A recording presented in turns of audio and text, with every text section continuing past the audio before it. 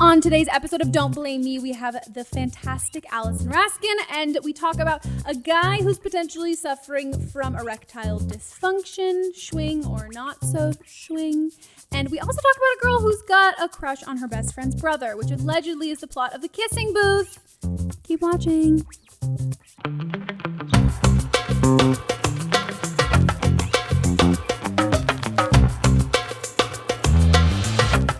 This episode of Don't Blame Me is brought to you by Care Of, a monthly subscription vitamin service made from effective, quality ingredients personally tailored to your exact needs. For 25% off your first month of personalized Care Of vitamins, visit takecareof.com and enter promo code BLAME. Hello, everybody, and welcome back to another episode of Don't Blame Me. Today, we have two special guests. We have Allison Raskin, and no offense, not more importantly than you, but I mean, you brought your dog. Yes. I brought Sugar, as I do everywhere. That is, you're living my dream. It's a lot. Yeah. It's becoming a problem where I can't go places without her. Well, like, she's fine, but I'm not.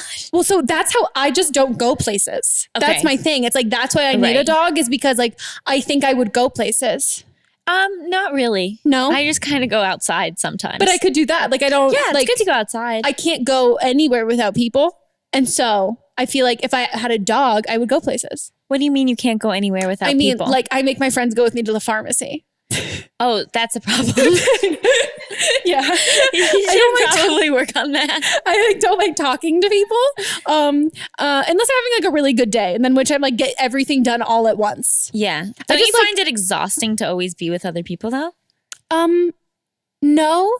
I like being around people that I don't have to like I like just like physically being around someone. Right. I like the kind of friends where like we can sit and not talk, but there's just another human there. Yes. That's I like my human dream. presence. So that's why I feel like a dog would also like really just be great for me. No, it's really good because I get to like just talk to her all day about how she's a dog and if she's been a dog all day, you know, just kind of like checking in about that. Oh, that's all I want. Well, guys, we're recording this for YouTube, so you two can see how fucking adorable Sugar is. Also, how often do you sing Sugar, We're Going Down to her? I sing Sugar, Sugar more. Okay. Yeah. Well, we also have Melissa Cam Lada. Hello. Woo, woo, with her multiple, I mean, you can see one of the computer screens in that frame, but know that there's three behind her because she's a working woman. And a laptop. Oh, true. And a laptop. This is true. She's surrounded by technology and a printer, which you can't see. And who really cares? If you are new here and you haven't listened before, basically what happens is people leave voicemails and then we give them the advice that they probably need to hear. And maybe it's good, maybe it's bad, maybe, I mean, it's questionable. It's questionable. Sometimes. It's questionable sometimes. But the phone number for that is 310-694-0976. And then if you're an international listener, you can email us. I feel like you just came at me with that. Why? Because I have a famous international question song. You do. And you international question, right? Yeah. And you kind of just like rip me off a little bit. Wait. Do you know I probably have like subconsciously done that? Yeah. No, I genuinely probably. Oh, that's international question. International question. Yeah. And then you just so we should record you doing it and then we can play it. So then I'm no longer stealing. No, honestly, it's already recorded. Just say it's an homage and I'll take it. Every time I do it? Yeah. I need like a trademark just after. Today. Just today. Everybody know that I have been subconsciously stealing that from Allison for all this time. Yeah. It makes so much sense though. Because I'm like, that tune was so easy for me. I noticed it before too, but I didn't That you ripped it off from me? Because I'm a huge... Thanks for not saying anything. Yeah, I didn't say it. Because I'm a huge fan. Do you know the reason why we met was because I was so obsessed that I like literally was like, can I please be in a video? Like I was a fan. We met at an audition. No. You're rewriting history. I met you at an audition and told you I was a fan. Yeah, but that's where we met. That's technically where we met, but we like, no matter what, the meeting still occurred because I fangirled over you. And then was like, would you like to be friends? And I was like, yes, I have very few friends. And then I was like, cool, me too. We have that in common. I know that because I watch your videos. Okay, I'm going to stop being creepy, everybody. And yeah, basically, we're going to give some advice. And I feel like you'll be great at this. I've done it for years, and I have to say I'm not getting better at it. But I mean, do we ever get better? I think so. That's my advice. Sick. I like it. It's a good one to start off on. Let's play the first question. Hi, Meghan. I am 22 years old, and I have been with this really amazing guy for a couple months now. He's great. He's great in every sense. He is so kind, so sweet, so funny, so smart, just smoking hot. Like, oh my God, Meghan, this man was sculpted by God. However, he struggles with ED, and though that's not a problem for me, I really don't care that much, and it hasn't really, like, out of, like, all the times that we've had sex, it's only been an issue, like, 2 or 3 times. And mind you, we've been together for months at this point, so we've had sex more than that, significantly more than that.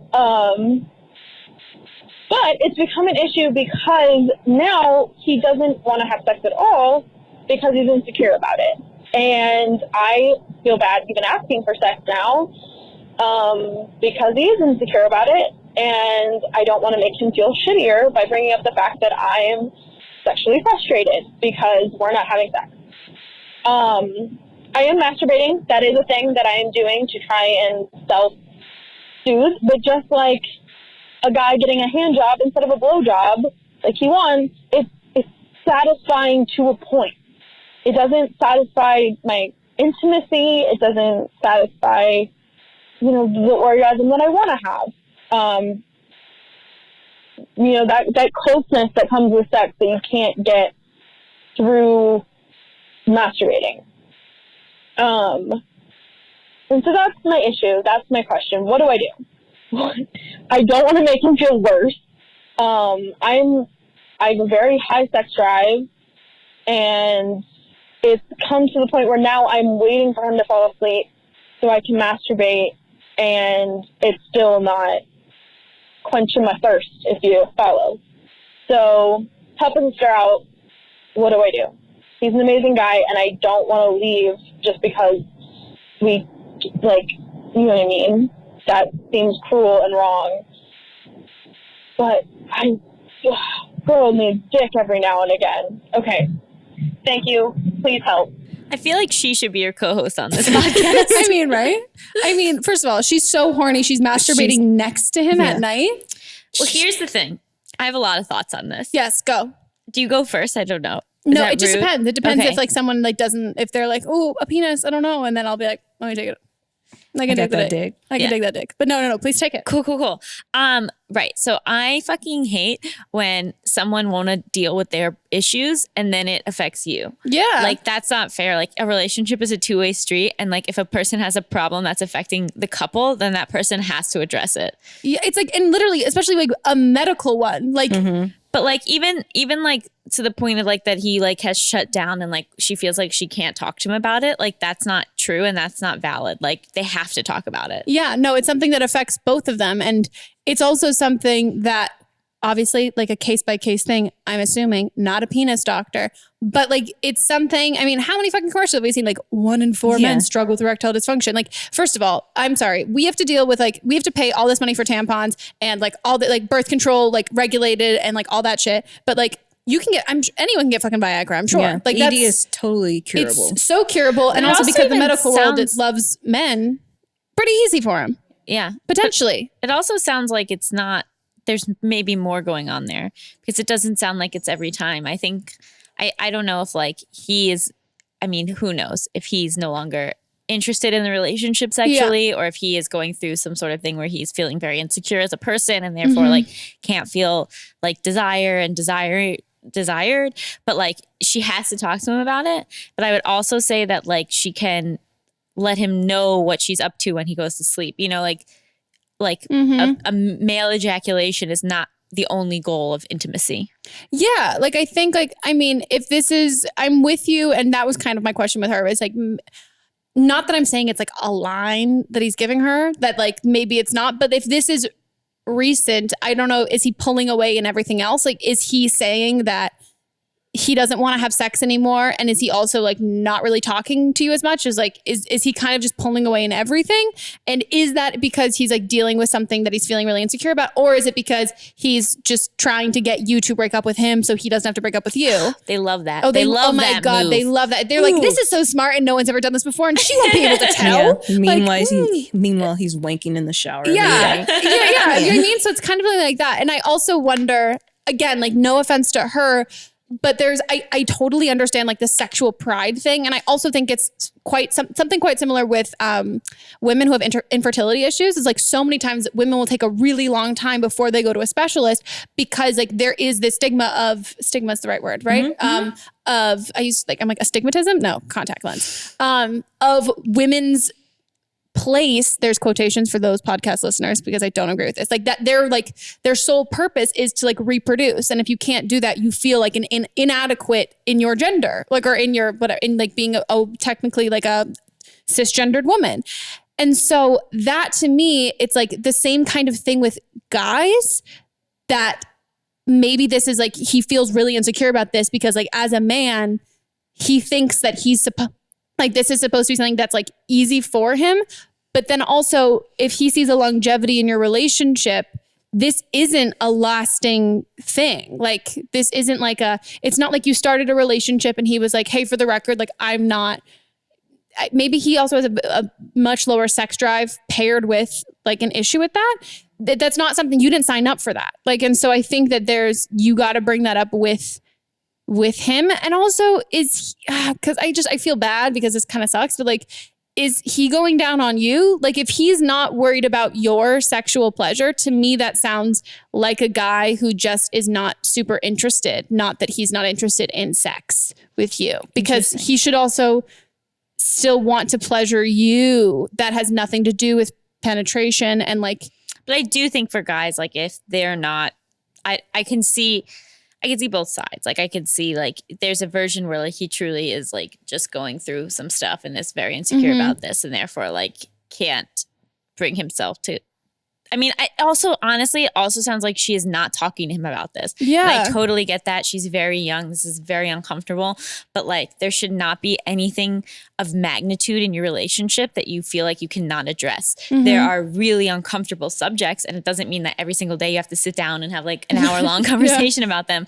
But you should be able to talk to your partner about things. And so I think that like I really can't give more advice until she has that conversation. Yeah. And like what his reaction to that is. Because if it's him shutting down and being like, no, I'm not having sex, like, sorry, like go find someone else, then like, regardless of what's going on with him, the relationship isn't working. Yeah. But if he's like, okay, if he's willing to talk about it, if he's willing to be like, well, right now, like I'm not that into stuff, but I'm like there to be there for you. And like, why don't we use like a vibrator together and we're not focused on me and we're focused on you and like that sort of thing.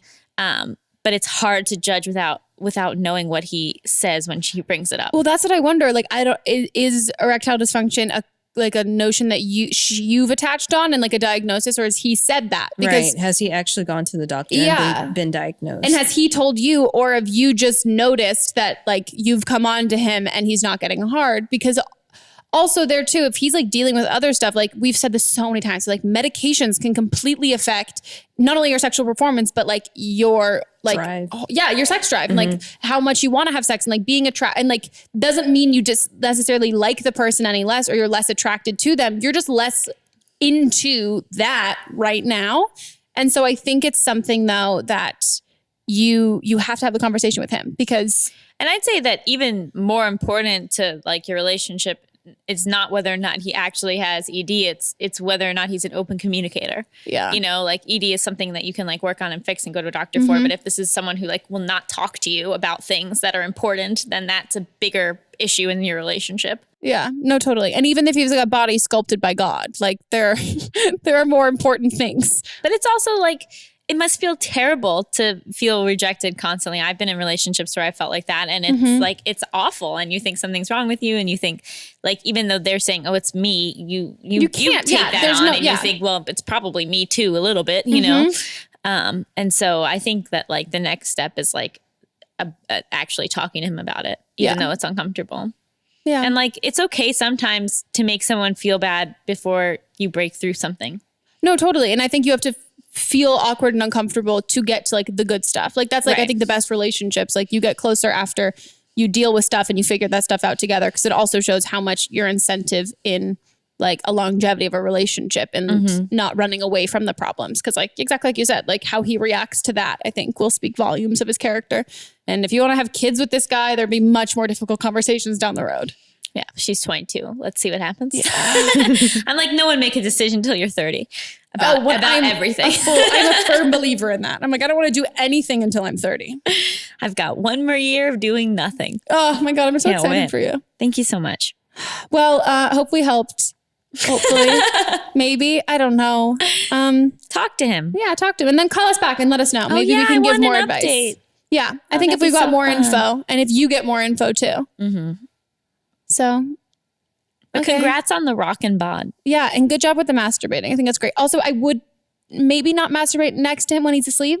Maybe she likes looking at his bod while she's masturbating. Oh, wow. Okay. Sure.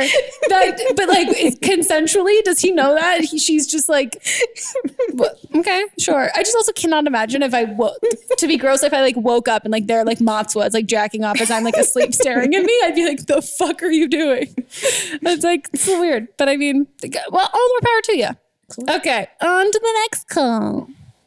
I'm 19. I guess I just wanted to ask you about body insecurity and how you deal with it over the years. Because when I was like in middle school, I was super, super insecure about my body. And then I got over it for a while in high school. And now I'm in college and I'm finding that I'm insecure about different things because my body's changing and that's natural. But I just was wondering if you could maybe talk about dealing with it over time and how, if your body doesn't stay the same, how you can still be confident and learn to be confident again, even though your body's different.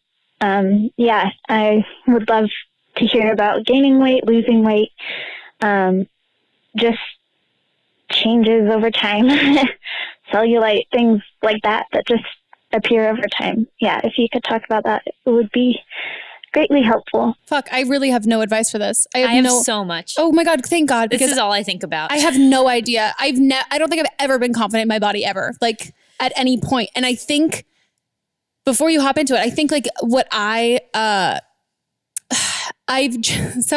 focused on, like from the time I was really young, I was like always I was like the top. I was just, you know how like some little kids are like little and tiny and like small and cute. I was like 5'5" in 5th grade, size 10 feet. And like I was like I was like a big kid, but I wasn't like tall and like lean. I was like a stocky kid. Like I was always looked at least like a couple years older. So ever since I was a little kid, I also had like a grandma who used to like tell me I wasn't allowed to wear bikinis because I looked fat. And I was like literally 7. So I think like I've from a really early age was like, this sounds so dark or whatever, but I'm being honest, like not like gave up on like being confident in my body, but then I was like, I'm going to fucking focus on my personality. Like I'm going to focus on like liking things about me that weren't appearance driven, because like I had transition lenses. Like I had like there were so many things that like, I just kind of was like, fuck it. Sort of, I focused so much more on like liking my personality and thinking that I was funny. And that's kind of, I mean, I feel like everybody, I mean, you tell me, because maybe you can help me not be insecure. Yeah, it's also just so crazy to hear you say that, because I walked in here and I was like, fuck, I forgot how beautiful she is. Like I was prepared for your beauty, but then it was still overwhelming. Yeah, I mean, look, like your relationship with your body is like going to grow and mature, hopefully as you grow and mature. My weight has changed a lot based on being on meds, sort of as we already talked about. And so when I was like 8 to 12, I was on Paxil, because I was like such a cool kid. And that made me gain a lot of weight. But that was sort of like these informative years. So I was like, oh, I'm a fat person. Like I'm a chubby person. And then I got off the meds and I like lost all the weight. And like I was like very thin, but I like because of those formative years, I was like, well, I'm a fat person, you know, I'm always whatever.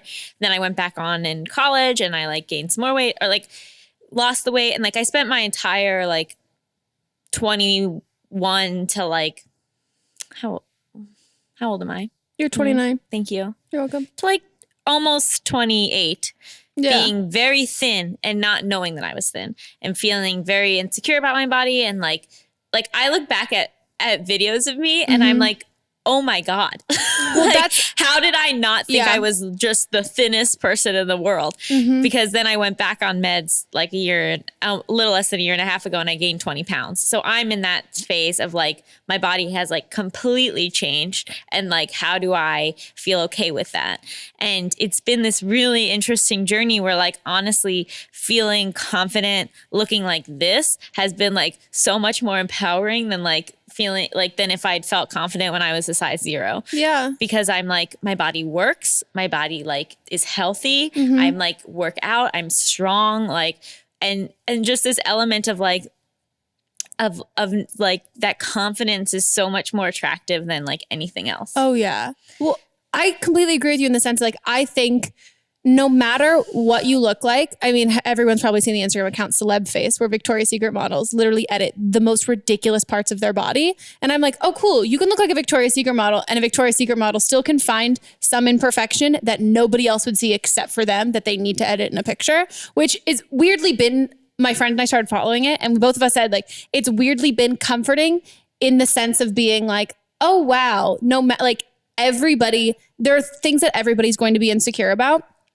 But I think like the thing that no matter what, anytime I look at like a picture of me from like before or any like from not like months ago or weeks ago or whatever, I'm always looking at like what I used to look like, thinking that I never will enjoy what I currently look like. And you will always and I always look back to like what I looked like before or like anything, like any time period. It's so much about like what you tell yourself in your head. So if you do negative self-talk, then like, of course you're going to feel bad.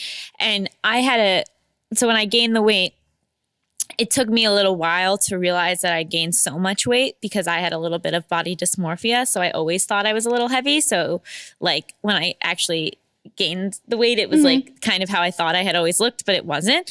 And so then it kind of caught up with me. And then there was like so many comments online about my weight gain and like if I'm pregnant and all of that.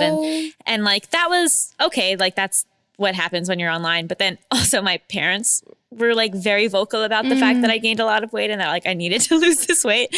And so I ended up switching my medication. And so it's a journey, but I'm in the process of like losing some of it. But like, there was like a time period where I went back to that voice in my head where I was like, you are disgusting. You are so ugly. You are so fat. You look terrible. Like, I can't believe that you're like going outside. And I, even though I was saying that to myself, I was like, oh my God, like I haven't talked to myself like that in years. Yeah. Like, and it was like so sad to me that like that voice was back. And so I kind of was like, fuck you. You know? Fuck you. Like, I don't want to think that. I don't want that to be my point of view. And like, and so I kind of just like, I was like, listen, okay, I have gained an unhealthy amount of weight for my height. I will work on losing that weight, but also I'm not going to fucking talk to myself like that anymore.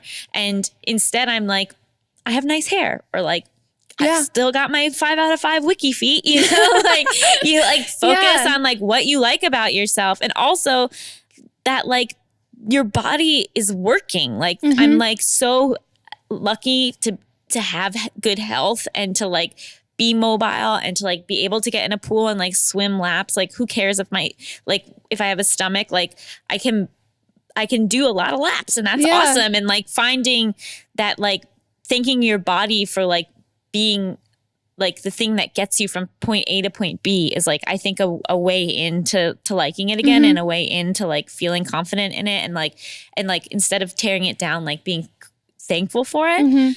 But it was interesting. Like I went through a breakup and then I had to start dating again, like heavier than I've ever been. And I was like, well, here we go, you know? And like, but Gabby, my comedy partner has always said like, so what? Like, you're not going to shave your legs and they're not going to sleep with you? You know No, what I so mean? true. Like, people So will true. probably still be interested in you, like, regardless. I've got a workout instructor who at the end of like every class is being like, you guys did a great job in class, but like more importantly than this, like more importantly than how you did. And if you get better by week, just know that you are amongst a group of people that not only can afford to go to a gym and take a class, that has the time to take a class, but also is able to physically do things. You might not have done every single rep, but you are able to do that. And that is something that some people could never do.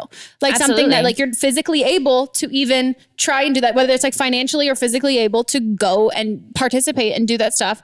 I think also what I've done when it comes to like looking back at pictures and stuff is if I ever get in the sense of like looking back, I'm like, God, I looked so good then, or I liked what I looked like then more than I look now.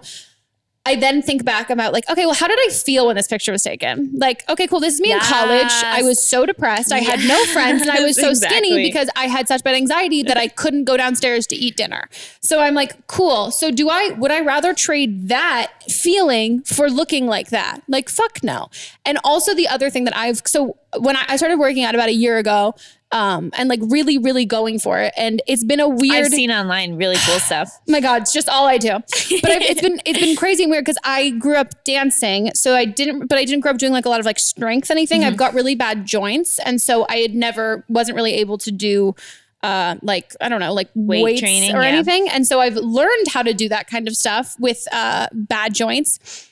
And my body has transformed in a way that I didn't really expect, of being like, oh, my thighs get bigger because there's like muscles there. So it's like by anybody else's standard, like, oh, look, I'm getting in shape, but like I'm also learning how to like my body in shape more than I like my body when it has no muscle and it can't lift its own suitcase into the overhead bin. Like there are certain like attributes of like, oh wow, when I get like fit, I'm going to like this more. But even I can look at pictures of myself when I had no muscle and still romanticize that, even though I find myself that I work out for like the mental health aspect completely. And like the physical stuff is just a bonus, but there's something that feels nice. And like, I feel like even if it's in my own head, like I love the idea of going to a workout class before I go to the beach, because I'm like, no, today I did something for my body. So when I'm out in a bathing suit later, even though I'm going to look exactly the same as I did if I didn't take this workout class,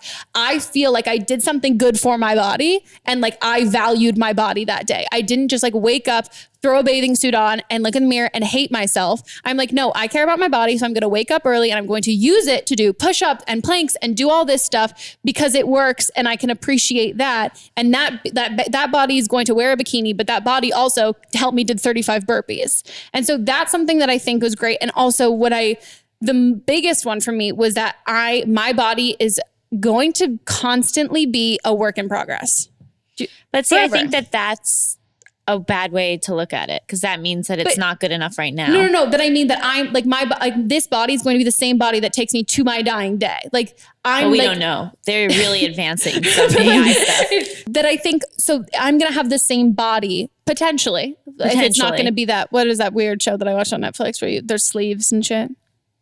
Westworld? No, what? I do like that one though. No, there's sleeves? Yeah, it was weird. Don't watch it. I didn't like it. Well, we don't know what it is. So. I don't know. People in the comments will probably. But like my body is going to be altered carbon. Yes. Nice. You said that like as if it was not the TV show. It was just the next statement. That's what it was. But it's like, this is going to be the same.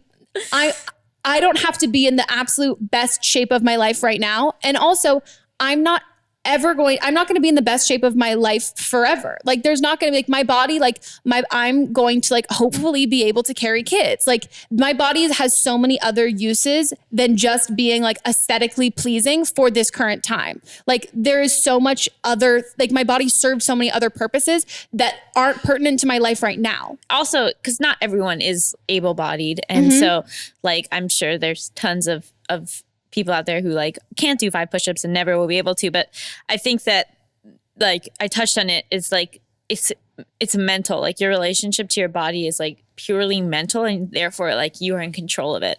So like one of the things I really liked learning was like the first thing that you think is like what society taught you to think. And then the second thing you think is who you truly are. So like if you look in the mirror and you're like, I'm disgusting, then change like right after that think like, no, I'm not. I'm healthy. Yeah. I'm beautiful. I'm great. Like, you know, like you have to retrain your brain to be nice to yourself and to only talk to yourself the way you would talk to someone that you love, like that you would talk to a friend, that you talk to a family member. Because like people, like since I had that relapse, but since I've started being nicer to myself in my head, like my relationship to everything is better. Yeah. And like, it's just more fun to be alive when you're not just like shitting on yourself all the time. No, it's so true. I think it's hopefully helpful in the sense of like two people who, I mean, at least especially calling the podcast, assuming that I knew what it was like to be, how to be body confident. I think it's the same thing, the same reason that I feel kind of comforted by celeb faces, knowing I'm like, oh wow, cool. Everybody struggles with this kind of stuff. It's not something that makes you, less that, do you know what I mean? Like a less than thought. Even just like things I used to freak out about. Like I shave my arms. And so I used to like freak out because if I got cold then like my arms would get a little prickly because the hair grows back. And that used to like, I used to panic about that. And now I'm like, whatever. My arms are prickly. Like, you know, like just like so many things that I thought mattered so much. Like they just don't. And like, you have to kind of like look at the bigger picture and think like, is this how I want to spend my brain power? Is this like what I want to be obsessed with? Or do I just like want to move on and like focus on other things? Yeah. And it's like, same thing I think with like crazy diets and stuff. And you're like, is this how I want to live the rest of my life? Like, do I want to spend all this time starting at this age, living the rest of forever, trying to like obtain something that the goal is always going to get farther and farther? Cause like my expectations and what I want is always going to get, something's always going to come up and something's always going to be new. I think this is probably when we get a lot of comments in the comment section about other people. Cause we've got a lot of girls who like to talk about that kind of stuff too. So maybe if we didn't help, hopefully comments did too on YouTube. So go read those. And yeah. Okay. Let's go on to the next one. I'm 18 and honestly I can go on for hours with the story, but I only have under 3 minutes. So things might be condensed. So I've been in love with an emotionally abusive boy for almost a year now, and basically since the beginning we almost fight every day because of some bullshit he does, such as borderline, if not actually cheating, seeing pictures of him laying with other girls and lying for no reason. It's as if he has no respect for me even finding out these things. He's very manipulative and would always flip the fights on me, and he's also a pathological liar.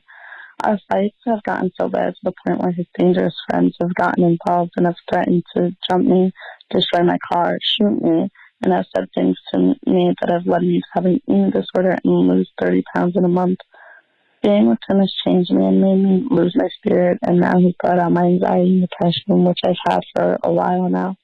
My parents know about him and almost made me get a restraining order. I was seeing someone else for about 2 months when he came back and told me he missed me. I knew it was a bad idea to go back, but I secretly did it anyway. It was great in the beginning, but now I can see him not putting in any effort anymore, and kind of a repeat of what happened last time. I tried to cut things off last night, to which he said, let's just hang out today and try and fix it. And when I said okay, he went and hung out with his friends and lied to me about it. I know this is a toxic situation, and I know I should get out of it, but I don't know how to not go back to him, because he always has a way of making it seem like things are all okay. So if you have any advice that would help me, please let me know. Thank you. Okay. First of all, I am with your parents in a restraining order. Also, I think you should go to therapy. I mean, my first thing is agreeing with the restraining order idea, because I think like, yeah, I've been in emotionally abusive relationships, and the one in particular that was pretty shitty. And my friends deleted his number in my phone and blocked and deleted his number. So I had no way of contacting him, and he had no way of contacting me, because I was, you get brainwashed. And that was like, and I remember my excuse was always like, well, no, you don't understand. You don't know. Oh my God. Like, you don't like making excuses for him. And it took me like, I would say it took me a couple months post that to like feel okay. And then from there, I made an active decision to, not that I'm saying that you're in this state at all, but I had gotten it. I had a string of dating really terrible people. And then I told myself, I'm like, I need to fix and figure out Like I keep making the same mistakes with the people that I'm dating. I need to take a break from dating anybody before I can like clear this all out of my system as if it was like a drug, in the sense of being like, and start fresh. So I'm not dating somebody who's just slightly less bad, which is basically what I had done, was like dating and becoming friends with people who were like a little less bad than the last terrible person. And then it took a while, and then I started dating my current boyfriend, and the ex that I had before that like reached out to me, and I felt nothing.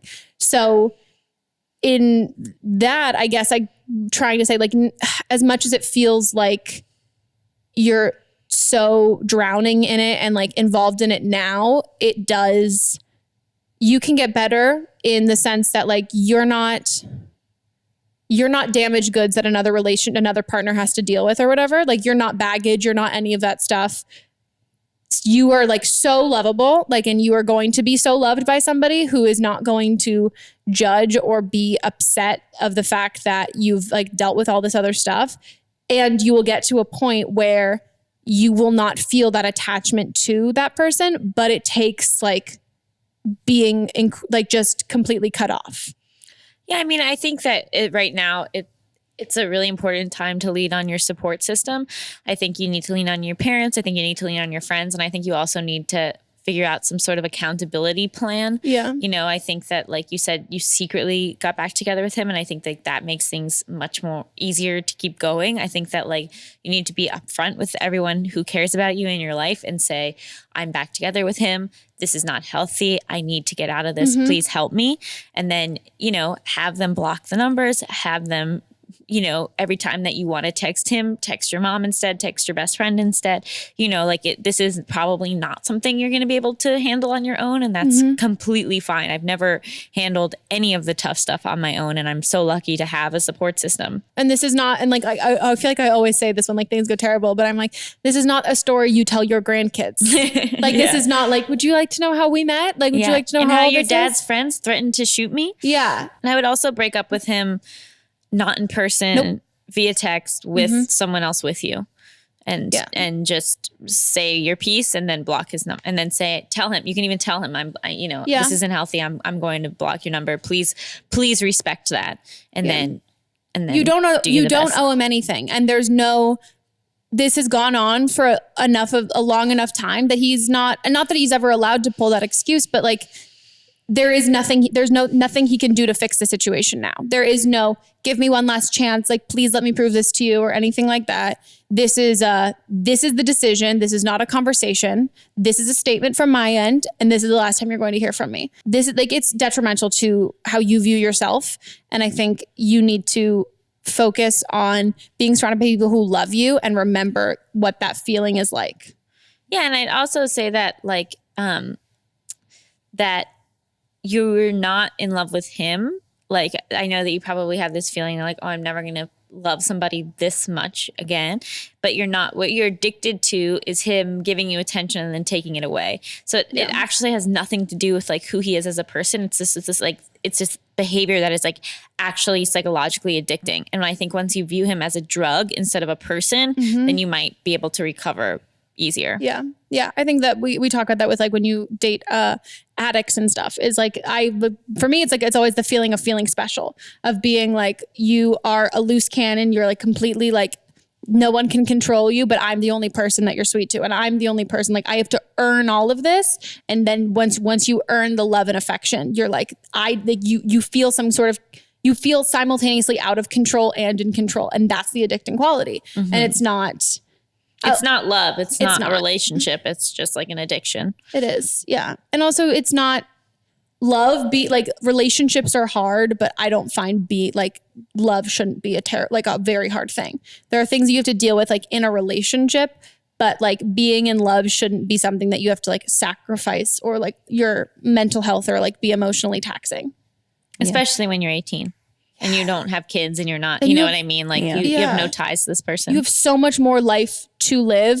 And also this is going to take some healing time. So the quicker you can get out of the situation, the quicker you're going to heal. And the more you're going to be like, I'm so happy. Like, and these are like this is a chunk of your life, but there is so much like more out there that like you get to experience. Yeah, I'm going to share the National Domestic Hotline. It's 1-800-799-7233. We'll put this down in the show notes. And they'll help you come up with a safety plan, how to prepare to leave the relationship, advice on when to leave, advice on what to do after you leave, and the legal information you need to get a restraining order or protective order. Great. Yeah. Amazing. So, yeah. Good luck. Good luck. You've got our support. Okay, guys, we're going to take a break and we'll be back.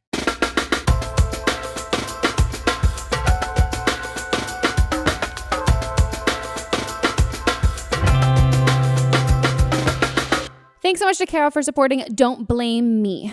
So guys, did you know about vitamins? Do you want to learn more about vitamins? Vitamins can fill the important gaps that your body is missing from your diet or give you an extra boost when you need it. And Care of's fun online quiz makes it really easy to figure out what vitamins and supplements you specifically need. Your subscription box includes individually wrapped packets with specific vitamins and supplements for easy grab and go. Bonus, they're really, really, really cute. So I love vitamins. I've always very much loved vitamins, and I've seen Care of before, and I was really excited to try them. So I took the online quiz, and I really, really liked the quiz specifically because they asked a lot of really good questions. It wasn't just me being like, let me figure out and think what I need. It was mostly talking about my needs and my issues, and then them assigning and figuring out what exactly it is that I need. And the vitamins I was assigned was definitely not ones I would have immediately picked out. But then when I read the benefits from them, I was like, oh, wait, no, that definitely hits all of these points that I'm saying that I need some help with. So I'm really excited. My first box just arrived today. Let me tell you guys, the packaging is so cute. And we know I'm all about aesthetically pleasing products. So I'm really excited to try them. They're so convenient, so easy. And also you don't have to go to a convenience store or do all of your, Googling everything and figuring out all of that stuff. You actually just get to talk about the issues you have as opposed to finding like vitamins and being like, oh yeah, sure, maybe I have those issues. Focusing on the issues and then the solutions. So Care of has been so nice to you guys that they're giving you guys 25% off your first month of personalized Care of vitamins. So you can get that by visiting takecareof.com and enter promo code BLAME. Again, that's 25% off your first month of personalized Care of vitamins when you go to takecareof.com and enter BLAME at checkout. Okay, guys, we are back and we are hopping into the rest of the calls.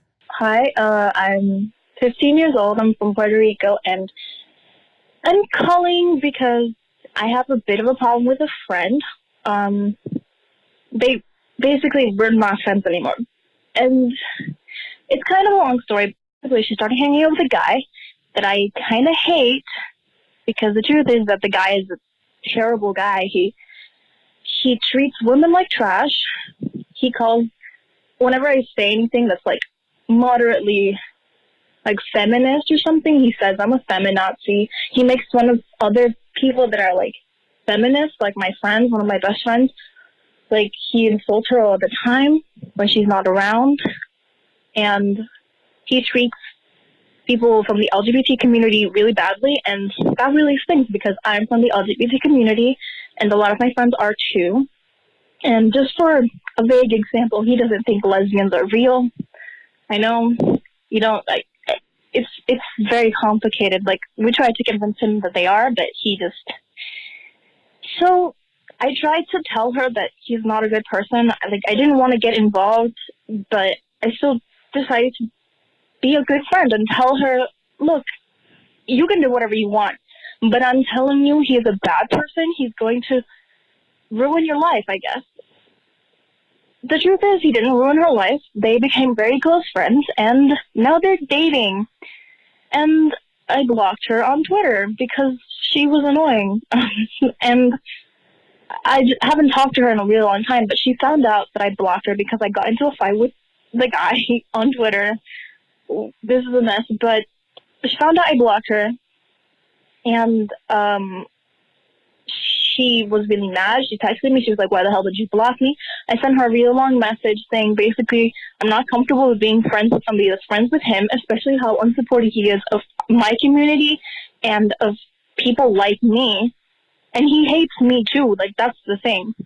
And she started, acting like him because obviously she's spending a lot of time with him. And I just want to know what to do because I don't want her to hate me. Like, I just feel like I'm a little bit more mature than her, and I know that she's going to be really angry with me and probably like subtweeting me right now. So like, I just want to know what to tell her so that she won't be mad at me. I tried to be clear, but I guess it didn't work because she just left me on red. So is your friend dating Garrett from The Bachelorette? Oh God. I was sitting on that joke for a while.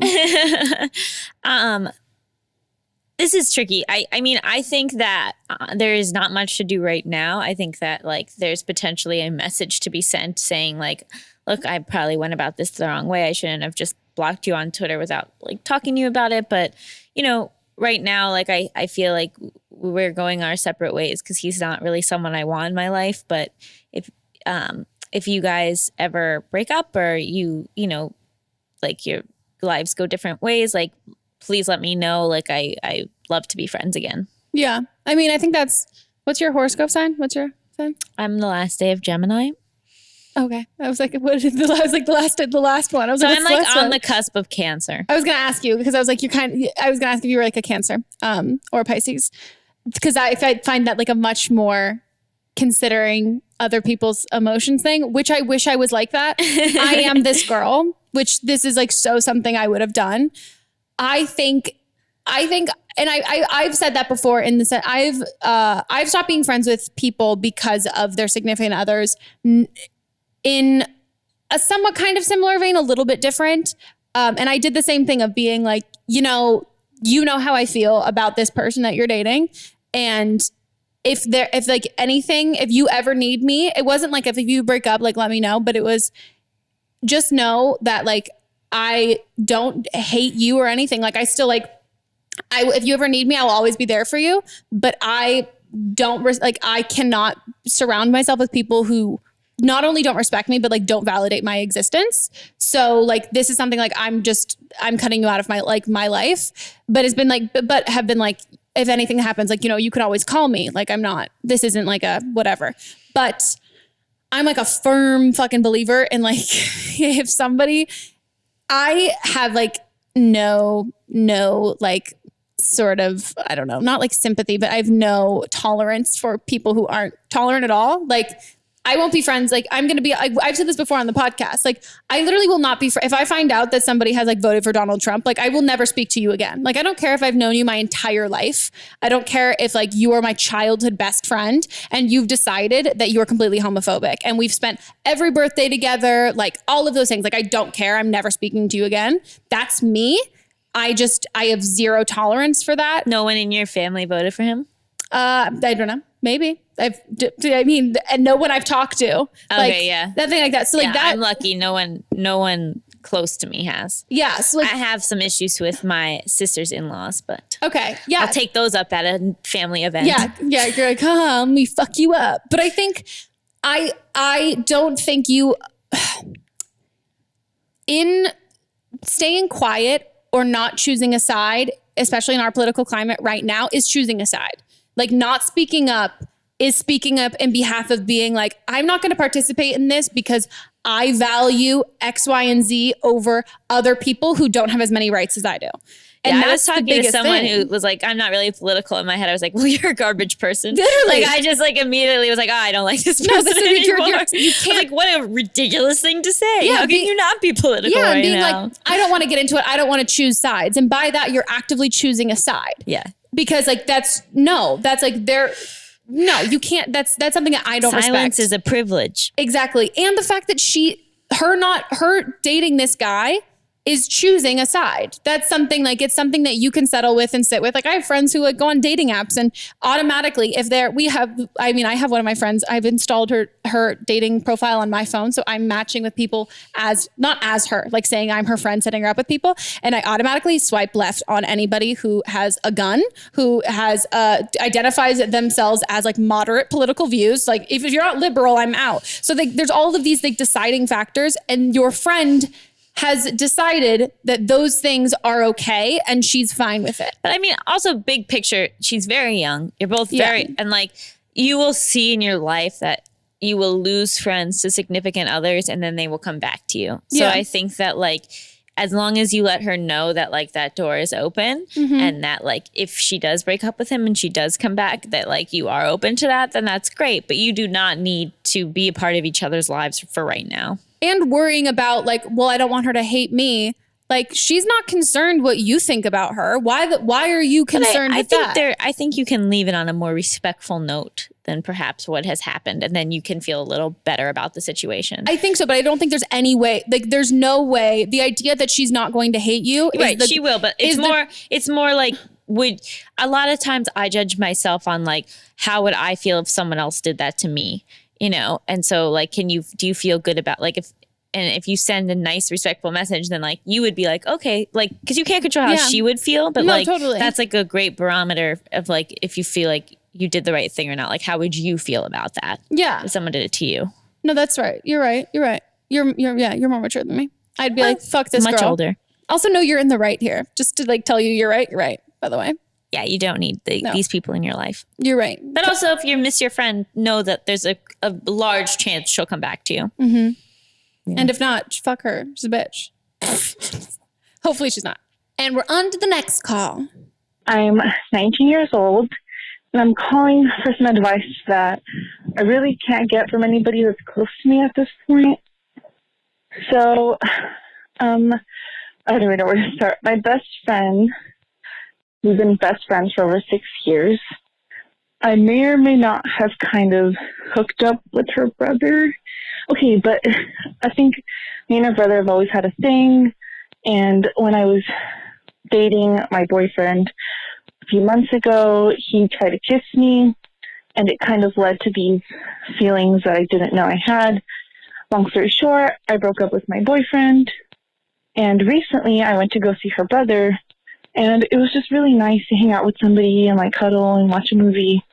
We may or may not have made out, but the point is, I don't know what to do. I don't know if I should pursue this relationship with my best friend of 6 years' brother, or if I should just ignore it and not date him or talk to him. Like, I don't know what to do. So if you can give me some advice, that'd be great.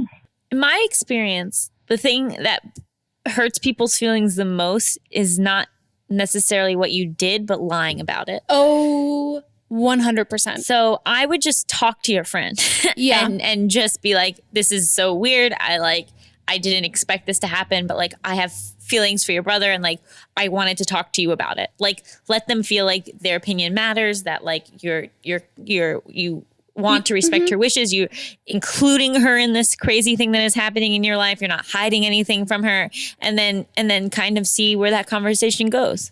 Yeah, I think I'm so with you on like I would rather know things, and I think like if everyone's transparent and honest about everything, then you're able to make your own. You get to make the decisions. Other people you don't get to make. Other people aren't making your decisions for you. Of being like, I'm not going to tell this person something. I would say I would clue her in immediately and tell her. And I'd also say I think it's. The betrayal is usually what hurts the most. And also it's awkward as a friend because you're like, you guys get to talk about boys, but she's not going to really want to talk about her brother in that sense. And I think if she's not comfortable with it, there's also potentially a good chance that you respect her wishes and you're like, okay, cool. And then maybe a couple months down the road, she's like, you know what? Like, I'm sorry. Like, I really like, that was like selfish of me. And if you guys want to pursue that, like you've got my blessing. I think if you can give her, exactly like you're saying, give her a voice in the situation, because as much as it's like, yes, you guys are two different people and like she wouldn't be a part of your relationship, you know him because of her. And she is included. Can I give some manipulative advice? My favorite kind of advice. So this is how you should approach the conversation. You have to be extremely distraught.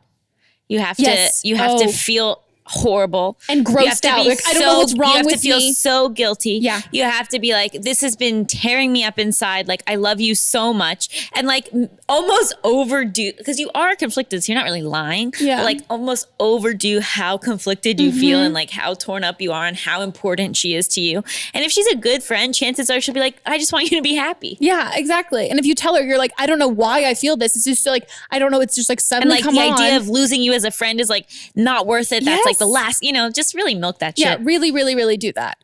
And I think also like how old is it? 19?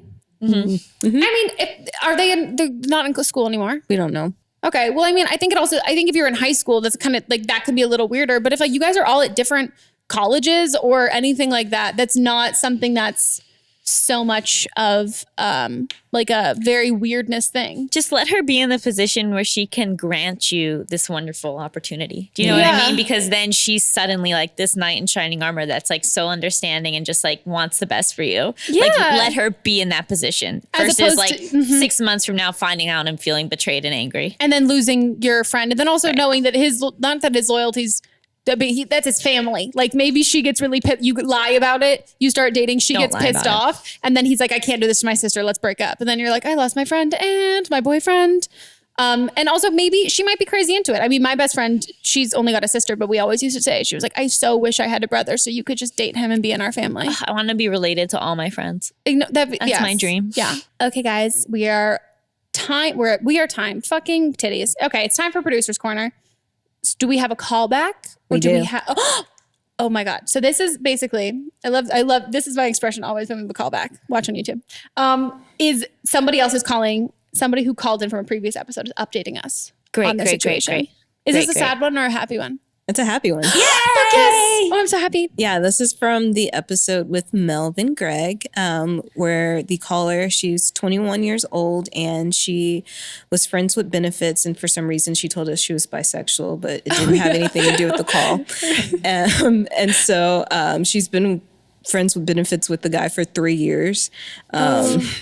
And doesn't know like what to do with her feelings for him. And Meghan's relationship was she didn't see the relationship developing at this slow pace. And Melvin was like he might have feelings for her but didn't want to commit. Yeah. So we'll play the callback. Oh, if Melvin's right, he's gonna text me and rub it in so fast. I found Melvin's reaction so freaking hilarious. I loved it. I know a lot of people were really upset about his advice in the comments, but I just fucking loved it. I thought it was really good advice, and I just loved his reaction. It was so funny. And yeah, I am bisexual, and I don't know why I said that. I thought I was gonna go into something from that, but I just probably forgot when I was calling. But yeah, so I just wanted to update you on my situation. And I kind of took the advice that you guys gave. Well, my friends had advised me before to just keep him at a distance and just kind of move on. And then I told him 2 months ago that I just wanted to be friends. And just slowly back away from this whole thing, so that I could move on. And he had just gotten back from a semester abroad, and when I told him that, he ended up admitting to me that he had thought about dating me this December before going abroad, and then again another time when he was abroad.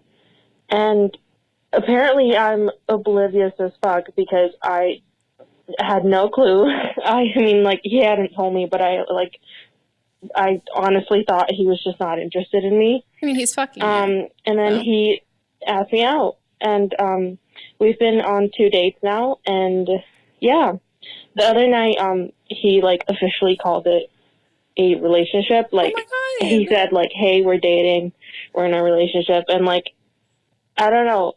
In my mind, I thought his initial no was it. So yeah, I was kind of shocked, and I'm still kind of shocked now, that this is where it's gone. It's turned 180 degrees for me. This is when I like being wrong. This makes me so happy. They've only gone on 2 dates in 2 months. But they've been together for 3 years. They've been fuck buddies for 3 years. I'm confused. What was Melvin's advice? I think what I had said to her was, I said that if he had wanted to date you before, he would have dated you. And I think did she ever tell him she had feelings for him? She did at one point. Yeah. And I think he didn't answer either way, right? He was kind of just but they kept hooking up and she felt awkward and wanted to take it back. And then I think Melvin had said maybe he does first of all, Melvin's reaction was funny and he did get some backlash, which he texted me. He was like, all of your fans hate me. So I think he was a little bit why'd you say you're bisexual? Yeah, that was his reaction. You got to listen to the keywords. And the keyword she said is that she's bisexual, and maybe she just wants to be out here messing with everybody. Yeah. Oh, yeah. So funny, but I mean, like, I'm so stoked. I think this is great. I think it's happy. I have a bad feeling about it. Why? I don't know why. Maybe just because her voice was so monotone. I'm not sure. Like I have a monotone but she voice. did seem excited. Like it felt. I felt like I she don't sounded know. Like it excited. felt like it was weird. Like I feel like if you've been dating, you've been like fuck buddy with someone for like 3 years, and then you're finally like, let's be in a relationship. Then like you're together all the time. Like you're like practically engaged. Like I don't know. Like it I just think it's feels different, weird that though. it's just like 2 dates in 2 months. But maybe my timeline's wrong. She also said in the original call that they had they always were like open and talked about their feelings, and it wasn't like they were just having sex. Like they're like basically like best friends. yeah, who and are people also hooking up. automatically assumed that they were together anyway. And he wasn't. So they I weren't don't know. seeing other I don't know people. why I'm feeling. Maybe I'm just hungry. Maybe what's that? I don't know. I take it all back. I think also, And there's nothing wrong with having a monotone voice. I'm really sorry. but My it reminds me feelings were that hurt. we've got, we had a call with on the episode with Ashley where like this. So my boyfriend and I, we weren't like friends with benefits, but we were friends before. And then when we started dating, we like took it weirdly slow because we felt like we had to, because we had like, well, we've already like been friends and hung out a bunch. And I was friends with benefits with the guy in high school, and then we tried dating and it totally didn't work, but it almost did. And so this makes me really happy for. No, I'm very happy. And also, but like, how weird is it though that like, I don't know if they've had like sex after their dates, but like, can you imagine them being like, oh, okay, I guess we'll, because like Moss and I had to stop saying I love you when we were just like, when we were like after when we started dating, because we'd said it when we were friends. And so then it's like when you have to like, oh, I guess do we have to like wait till the third date to like hook up with each other, even though we've been fucking for 3 years? It's really funny. It's cute. Well, I'm happy for you. And boys are slow. So this took 3 years for that.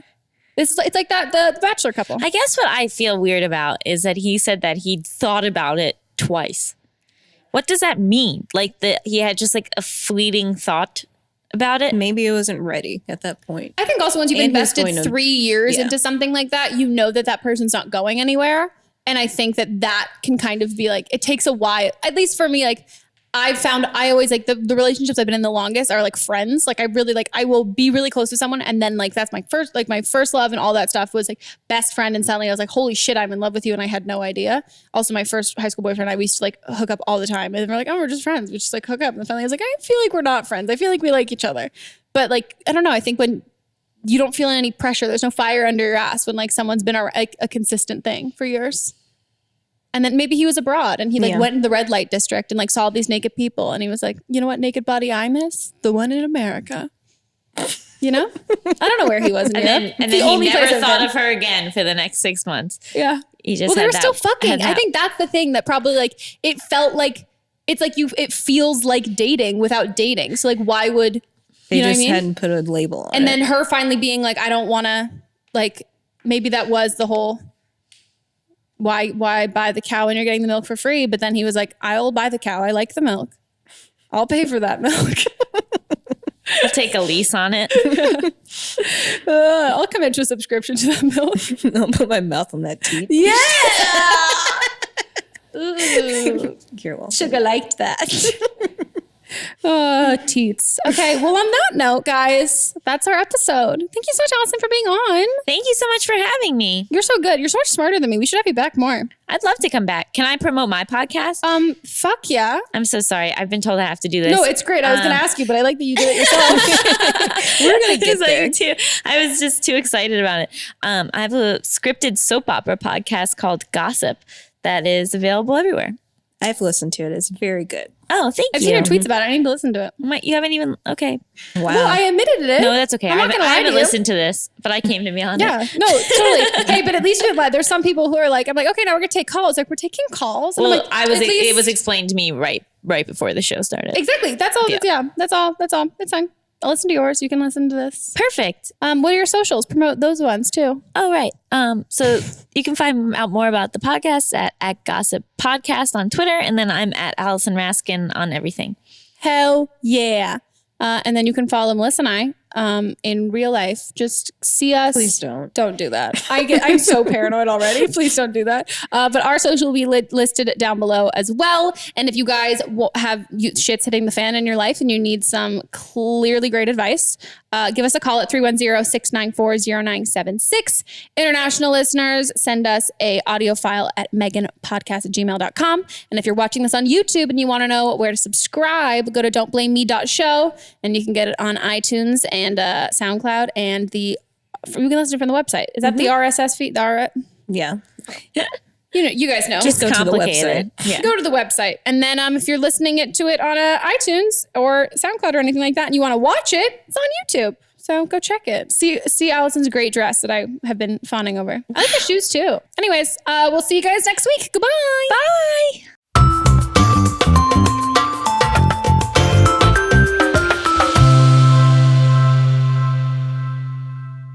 Don't Blame Me is a production by me, produced, directed, and edited by Melissa DeMons. Post-production sound by Chris Henry, production assistant Julie Carley, and music by Giacomo Picasso and Ryan Hunter. I'll see you guys next week, and don't blame me if your life, completely fucks up before then. Oh.